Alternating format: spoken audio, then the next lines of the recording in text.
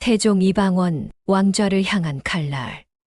1367년 고려 공민왕 16년 음력 5월 16일 함흥본궁에서 한 아이의 울음소리가 울려 퍼졌다. 훗날 조선의 제3대 왕이 될 이방원이 세상에 태어난 순간이었다. 그의 어머니 신이왕후 한씨는 임신 중에 신비로운 꿈을 꾸었다고 전해진다. 거대한 용 한 마리가 하늘에서 내려와 자신의 품에 안겨드는 꿈이었다. 무당들은 이를 두고 장차 큰 인물이 될 상서로운 징조라고 해석했지만 그 누구도 이 아이가 형제의 피를 묻히며 왕좌에 오르게 될 것이라고는 예상하지 못했다. 아버지 이성계는 당시 동북면 병마사로 있으면서 왜구와 몽골 잔당들을 상대로 연전연승을 거두고 있던 고려의 명장이었다. 방원은 이런 아버지의 모습을 보며 자랐다. 5살 때부터 글을 배우기 시작한 방원은 총명함이 남달랐다. 한자를 금방 깨쳤고 10살이 되기 전에 이미 사서삼경의 기본 내용을 이해할 정도였다. 하지만 그보다 더 놀라운 것은 그의 정치적 감각이었다. 어린 방원은 아버지를 따라 여러 전장을 다니며 자연스럽게 군사와 정치의 현실을 배웠다.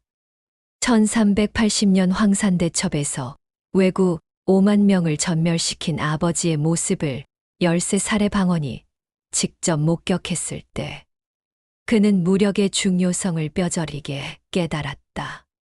아버지, 왜 적들이 우리를 두려워합니까? 어린 방원의 질문에 이성계는 말했다. 힘이 있기 때문이다.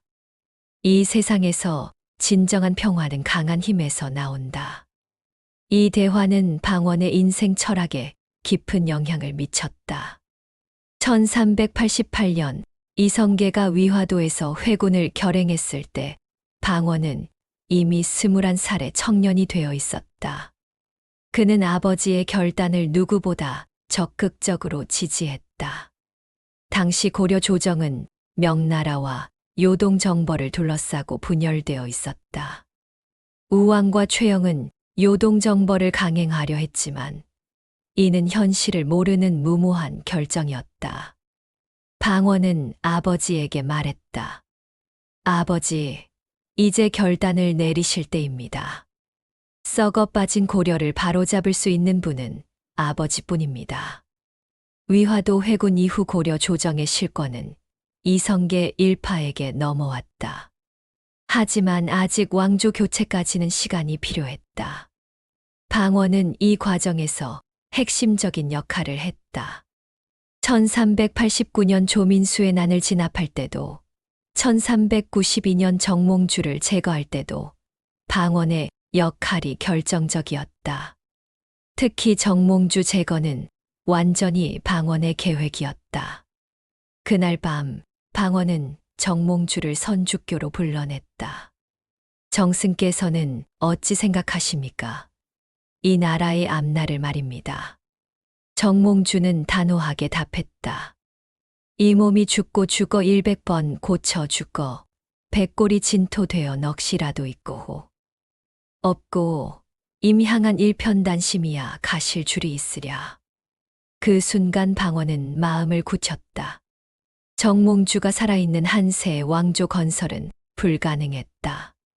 방원이 손짓하자 숨어있던 무사들이 달려들었고 정몽주는 선주교 위에서 비명 행사했다. 다음 날 아침 선주교 돌다리에는 붉은 핏자국이 선명하게 남아 있었다. 1392년 7월 17일 마침내 조선이 건국되었다. 이성계가 태조로 즉위하는 모습을 지켜본 방원의 가슴은 뜨거웠다. 자신이 직접 만든 나라였다. 개국 공신 책봉에서 방원은 1등 공신에 책봉되었다. 하지만 기쁨도 잠시, 곧 새로운 갈등이 시작되었다. 정도전을 중심으로 한신진 사대부들이 문신 정치를 추진하면서 왕자들을 견제하기 시작한 것이다. 정도전의 생각은 명확했다. 고려가 망한 것은 왕권이 너무 강했기 때문이고, 새로운 조선은 재상이 정치의 중심이 되는 문신 정치여야 한다는 것이었다. 이는 방언의 생각과 정면으로 충돌했다. 방언은 강력한 왕권 중심의 중앙 집권, 국가를 꿈꾸고 있었다. 정도전 저자가 무엇을 꿈꾸는지 모르겠습니다. 방언이 신복 이숙번에게 말했다. 왕자들을 모두 제거하고 자신이 실권을 장악하려는 속셈이 뻔히 보입니다. 더욱 심각한 문제는 후계 구도였다. 태조가 계비 신덕왕후 강씨를 총애하면서 그녀의 아들들, 특히 막내 방석을 세자로 세우려 한다는 소문이 돌기 시작했다. 방언은 이를 도저히 받아들일 수 없었다. 조선 건국의 1등 공신이 바로 자신인데 나이 어린 이복 동생이 왕위를 이어받는다는 것은 말이 되지 않았다. 더구나 정도전과 남은 등이 방석을 등에 업고 자신들 형제를 모두 제거하려 한다는 정보까지 입수했다. 1398년 여름, 방언은 마침내 결심을 굳혔다. 이숙번, 박포, 이근, 이천 등 신복들과 비밀리에 모의를 시작했다. 더 이상 기다릴 수 없다. 방언이 말했다. 저들이 먼저 우리를 칠 것이다. 우리가 먼저 행동해야 한다. 계획은 치밀했다. 8월 26일 밤, 정도전과 남은의 집을 동시에 습격하고 방석과 방번까지 제거하는 것이었다. 그날 밤은 유난히 어두웠다. 달도 구름에 가려져 있었고 개경거리는 적막했다. 방언은 갑옷을 입고 검을 차고 나섰다. 31살의 그에게 이 밤은 인생에서 가장 중요한 분기점이었다. 각오는 되셨습니까? 이숙번이 물었다. 방언은 고개를 끄덕였다. 오늘 밤 이후 나는 형제 살해자가 될 것이다. 하지만 그것이 이 나라를 위한 길이라면 감수하겠다. 한밤중 정도전의 집 앞에 흑의를 입은 무사들이 나타났다.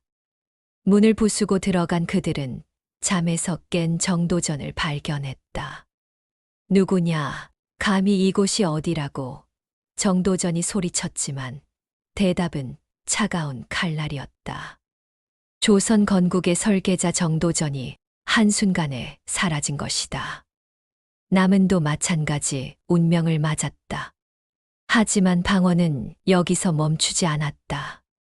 방석과 방번의 처소로 향했다. 형님, 왜 이러십니까? 어린 방석이 울며 불며 애원했다. 하지만 방언의 마음은 이미 돌같이 굳어 있었다. 미안하다. 하지만 이것이 나라를 위한 길이다. 그날 밤 흘린 방언의 눈물을 본 사람은 아무도 없었다. 왕이 되기 위해서는 때로 인간의 마음을 버려야 한다는 것을 그는 그날 밤 뼈저리게 깨달았다. 1차 왕자의 난이 끝나고 둘째 형 방과가 정종으로 즉위했다. 하지만 실권은 방언이 쥐고 있었다. 정종은 순한 성품의 소유자였지만 정치적 역량은 부족했다. 그는 형의 그늘에서 어쩔 수 없이 왕 노릇을 해야 했다. 형님, 제가 언제까지 이 자리에 있어야 합니까? 정종이 괴로워했다. 방언은 답했다. 조금만 더 참으십시오. 때가 되면 제가 알아서 하겠습니다. 방언은 인내하며 때를 기다렸다. 하지만 그의 계산에 오차가 생겼다. 넷째 형 방간이 반란을 일으킨 것이다. 1400년 1월 방간은 박포 등과 결탁하여 방언을 제거하려 했다. 하지만 방간의 계획은 너무 조급했고 방언의 세력은 이미 너무 강해져 있었다. 형님, 왜 그러십니까? 포로가 된 방간 앞에 선 방언의 목소리는 떨리고 있었다. 어린 시절 함께 뛰어놀던 형이었다. 방간이 피투성이 얼굴로 웃었다. 내가 왕이 되려면 우리는 모두 죽어야 한다는 걸 모르느냐? 이것이 왕가의 숙명이다. 방원의 가슴이 찢어질 듯 아팠다. 하지만 그는 고개를 돌렸다. 방간은 결국 유배지에서 죽음을 맞았다. 1400년 11월 13일, 마침내 방원이 왕위에 올랐다.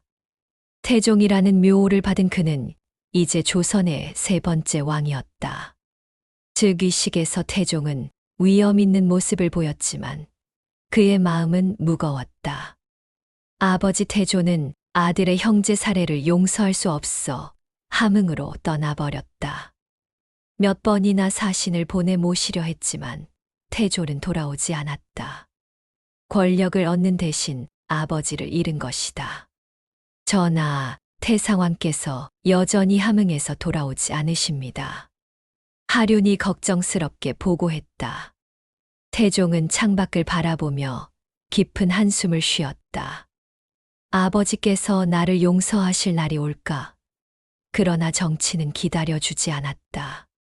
즉위 초기부터 태종은 수많은 도전에 직면했다. 고려 말부터 이어진 문벌 귀족들의 저항, 지방 호족들의 반발, 그리고 무엇보다 개국 공신들의 견제가 그를 괴롭혔다. 태종의 첫 번째 과제는 왕권 강화였다. 개국 공신들이 각자의 사병을 거느리고 있는 상황에서는 진정한 중앙 집권이 불가능했다. 공신들이 사병을 혁파하라는 명령에 반발하고 있습니다. 하륜이 보고했다. 태종은 냉정하게 답했다. 그럴 줄 알았다. 하지만 나라가 강해지려면 누군가는 미움을 받아야 한다. 그 역할을 내가 하겠다. 태종 2년 1400이 드디어 대대적인 숙청이 시작되었다. 박포의 옥사를 시작으로 하여 하륜의 옥사, 민무구 민무질 형제의 옥사가 연달아 터졌다.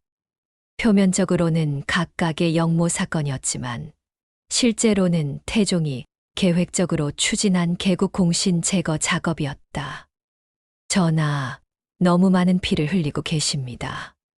원경왕후 민씨가 조심스럽게 간언했다. 태종이 쓸쓸히 미소 지었다. 내가 피를 흘리지 않으면 백성들이 더 많은 피를 흘려야 한다. 이것이 왕의 숙명이요. 이 과정에서 수많은 개국 공신들이 제거되었다. 친척이든 동지든 가리지 않았다.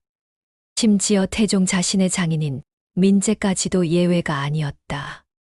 왕권 강화라는 데의 앞에서 개인적 정은 사치였다.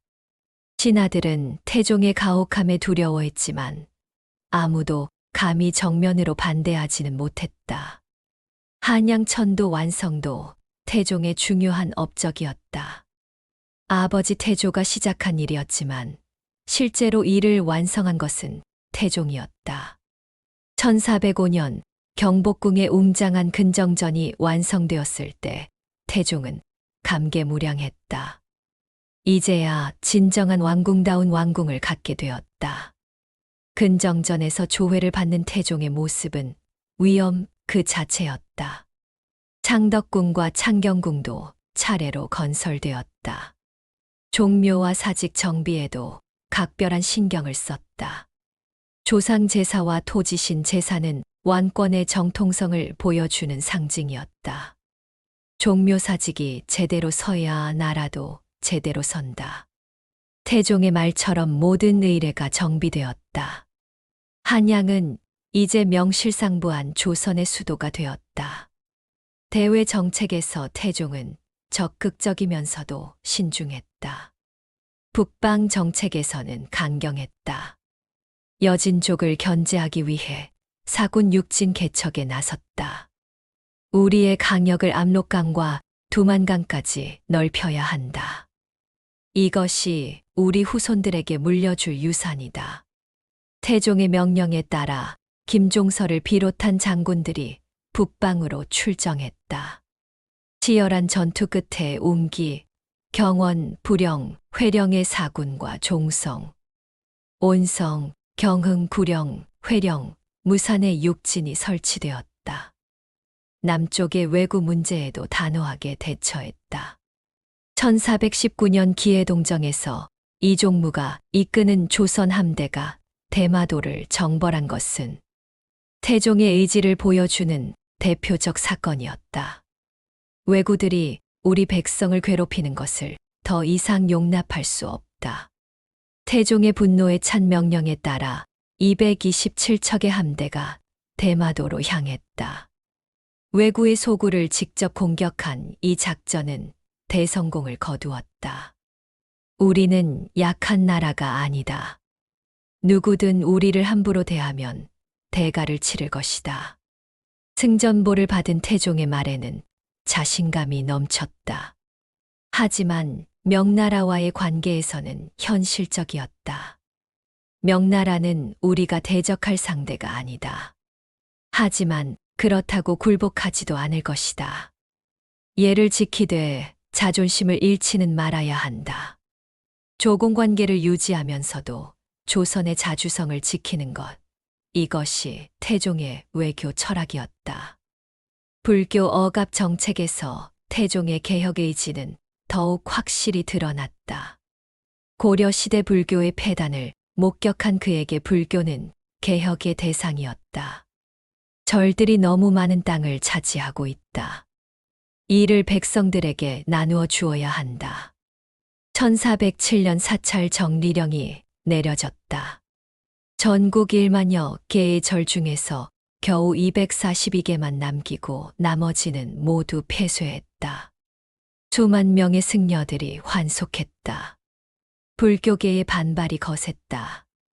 어느 날 한 고승이 태종 앞에 나와 간청했다. 전하, 부처님의 자비를 생각하시어 너무 가혹하게 하지 마십시오. 태종이 단호하게 답했다. 부처님도 나라의 평안을 원하실 것이다. 불교가 진정 자비를 실천한다면 이런 개혁을 받아들여야 한다. 태종의 의지는 확고했다. 정치 제도 개혁에서 태종의 가장 큰 업적은 의정부서 사제를 육조직계제로 바꾼 것이었다. 의정부가 모든 정무를 총괄하던 시스템을 육조가 직접 왕에게 보고하는 시스템으로 바꾼 것이다. 모든 정사는 왕을 통해 결정되어야 한다. 태종의 말처럼 이제 조선은 완전한 중앙 집권 국가가 되었다. 하지만 태종에게는 더 큰 고민이 있었다. 후계자 문제였다. 맏아들 양녕대군은 총명했지만 왕이 되기에는 부족했다. 기생과 어울리고 사냥에만 빠져 있는 그의 모습을 볼 때마다 태종은 한숨이 나왔다. 양녕이 왕이 된다면 이 나라가 어떻게 될까? 걱정은 깊어만 갔다. 어느 날 양녕이 또 술에 취해 궁중에서 추태를 부렸다. 세자 저하께서 또 그러셨습니다. 내시의 보고를 들은 태종은 분노했다. 양녕을 불러 호되게 꾸짖었지만 소용없었다. 아버지께서는 왜 저만 미워하십니까? 양녕이 울분을 토했다. 미워하는 것이 아니다. 내가 왕이 되기에는 부족하다는 것이다. 부자 간의 대화는 언제나 차갑고 건조했다. 둘째 효령대군은 성품은 좋았지만 정치적 재능이 부족했다. 셋째 충녕대군만이 학문을 좋아하고 성품이 온화했다. 태종의 마음은 점점 충녕에게 기울었다. 충녕이야말로 진정한 왕제다. 태종은 확신했다. 태종 18년 1418 마침내 태종은 결단을 내렸다. 양녕을 폐세자시키고 충녕을 세자로 세운 것이다. 양녕을 불러 말했다. 내가 스스로 세자 자리를 포기한다면 좋겠지만 그렇지 않다면 내가 직접 결정하겠다. 양녕은 오히려 안도하는 표정을 지었다. 아버지의 뜻을 따르겠습니다. 저는 왕이 되고 싶지 않았습니다. 충령을 세자로 책봉하는 의식에서 태종은 말했다. 충령아, 내가 이 나라를 이끌어야 한다. 아비가 흘린 피의 대가를 내가 갚아야 한다. 충령은 무거운 책임감을 느꼈다. 아버지의 뜻을 받들어 이 나라를 잘 이끌겠습니다. 같은 해 8월, 태종은 놀라운 결정을 내렸다. 선의를 하기로 한 것이다. 이제 젊은 왕이 필요하다. 나는 이미 할 일을 다 했다. 신하들은 모두 놀랐다. 전하, 아직 연세도 젊으시고 건강하신데 왜 그런 결정을 내리십니까? 하륜이 간청했다. 하지만 태종의 의지는 확고했다. 20년 넘게 이 자리에 있으면서 너무 많은 것을 보고 겪었다. 이제 후세에게 물려줄 때가 되었다. 충녕대군이 세종으로 즉위하는 것을 지켜본 태종의 마음은 복잡했다. 안도감과 아점음이 교차했다. 상왕이 된 태종은 여전히 영향력을 행사했다. 세종이 젊고 경험이 부족했기 때문이다. 아들아, 아직은 혼자서 모든 것을 결정하기 어려울 것이다. 필요하면 언제든 의논하여라. 세종과의 관계는 미묘했다. 아버지와 아들이면서 동시에 전왕과 현왕이었다. 하지만 세종은 아버지의 기대를 뛰어넘는 성과를 보여주었다. 특히 한글 창제를 추진할 때 신하들이 반대하자 태종은 아들을 지지했다. 새로운 문자는 필요하다. 백성들이 그를 몰라서는 진정한 문화 국가가 될 수 없다. 이것이 태종의 마지막 정치적 판단이었다. 1422년 5월 30일 새벽 태종이 승하했다. 향년 56세였다. 임종 직전 그는 세종의 손을 잡고 말했다. 이제 모든 것을 내게 맡긴다. 부디 이 나라를 잘 이끌어 다오. 세종이 눈물을 흘리며 답했다. 아버지의 뜻을 받들어 반드시 성군이 되겠습니다. 태종의 죽음은 조선 전체에 큰 충격을 주었다. 비록 가혹한 군주였지만 나라의 기틀을 세운 것은 분명한 사실이었다. 장례는 국장으로 치러졌고 전국에서 애도하는 사람들이 몰려들었다. 태종 이방원. 그는 조선 역사상 가장 논란이 많은 인물 중 하나다.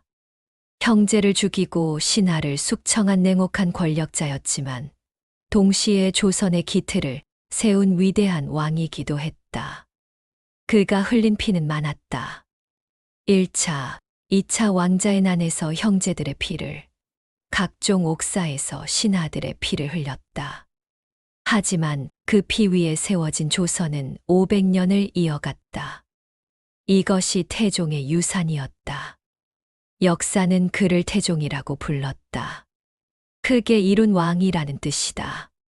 가혹했지만 위대했고 냉정했지만 현명했던 왕. 그것이 이방원이었다. 그의 개혁은 조선 500년 역사의 토대가 되었다. 중앙 집권 체제 확립, 사병 혁파, 관료제 정비, 영토 확장, 외구 토벌 등은 모두 태종 시대에 이루어진 업적들이었다. 특히 왕권 강화를 통한 정치적 안정은 후대 왕들이 문화적 업적을 이룰 수 있는 기반이 되었다. 세종의 한글 창제, 문화 융성도 태종이 닦아놓은 정치적 안정 위에서 가능했던 것이다. 하지만 그 과정에서 치른 대가도 컸다. 형제 간의 사육, 개국 공신들의 대대적 숙청, 불교 세력의 탄압 등은 많은 희생을 수반했다. 태종 자신도 이를 잘 알고 있었다. 왕이 된다는 것은 외롭다. 사랑하는 사람도 믿었던 사람도 때로는 버려야 한다. 하지만 그것이 나라를 위한 길이라면 감수해야 한다. 이것이 태종의 철학이었다. 태종의 인간적인 면모도 간과할 수 없다. 냉혹한 정치가였지만 동시에 자상한 아버지이기도 했다. 세종을 비롯한 자녀들에 대한 사랑은 남달랐다. 특히 세종이 병약했을 때는 직접 약을 다려주고 밤새 간병하기도 했다. 아들아, 몸조리를 잘해야 한다. 내가 아프면 아비의 마음도 아프다. 이런 모습에서 인간 이방원의 따뜻함을 엿볼 수 있다. 부인 원경왕후 민씨와의 관계도 깊었다. 정치적으로는 냉정했지만 가정에서는 다정한 남편이었다. 당신은 너무 많은 짐을 지고 계십니다. 원경왕후의 걱정에 태종은 말했다. 그 짐을 내가 지지 않으면 누가 지겠소? 이것이 왕의 숙명입니다. 부부는 서로를 깊이 이해하고 사랑했다. 태종의 문화적 업적도 빼놓을 수 없다. 무인 출신이었지만 학문을 소홀히 하지 않았다. 집현전을 설치하여 학문을 장려했고 우수한 인재들을 등용했다. 학문이 없으면 나라가 야만해진다. 무력만으로는 진정한 강국이 될 수 없다. 태종실록 편찬의 기초도 이때 마련되었다. 역사를 기록하여 후세에 전하는 것도 왕의 중요한 책무라고 생각했다. 활자 인쇄술 발달에도 관심을 보였다. 지식의 전파가 빨라지면서 문화 발전의 토대가 마련되었다. 태종의 치세는 문무를 겸비한 시대였다. 강력한 군사력으로 국방을 튼튼히 하면서도 문화 발전의 기반을 닦은 것이다. 경제 정책에서도 태종은 뛰어난 능력을 보였다. 농업을 장려하고 수리시설을 확충했다. 백성이 굶으면 왕도 굶는다. 농업이 모든 것의 기본이다. 조세 제도를 정비하고 상업을 육성했다. 한양은 전국의 물자가 모이는 상업 도시로 발전했다. 경제적 안정이 정치적 안정의 바탕이 되었다. 지방 통치에도 각별한 신경을 썼다. 팔도 제도를 완비하고 관찰사 제도를 정착시켰다. 서울만 잘 되어서는 안 된다. 전국이 고르게 발전해야 진정한 통일 국가다. 교통로를 정비하고 역참 제도를 확립했다. 정보 전달이 빨라지면서 중앙의 통제력이 강화되었다. 말년의 태종은 점점 지쳐갔다. 18년간의 치세는 그에게 너무 큰 부담이었다. 밤마다 악몽에 시달렸다. 죽인 형제들이 숙청당한 신하들이 꿈에 나타나 그를 괴롭혔다. 이제 그만 쉬고 싶다. 혼잣말이 늘어갔다. 권력의 무게가 그의 어깨를 짓누르고 있었다. 하지만 그는 끝까지 책임을 다했다. 세종에게 왕위를 물려주면서도 필요할 때는 조언을 아끼지 않았다. 상왕으로서의 역할도 충실히 했다. 아들이 실수하면 내가 일궈놓은 모든 것이 무너질 수도 있다. 그래서 완전히 손을 놓을 수는 없었다. 죽음을 앞둔 태종은 자신의 일생을 돌아보았다. 후회는 없었다.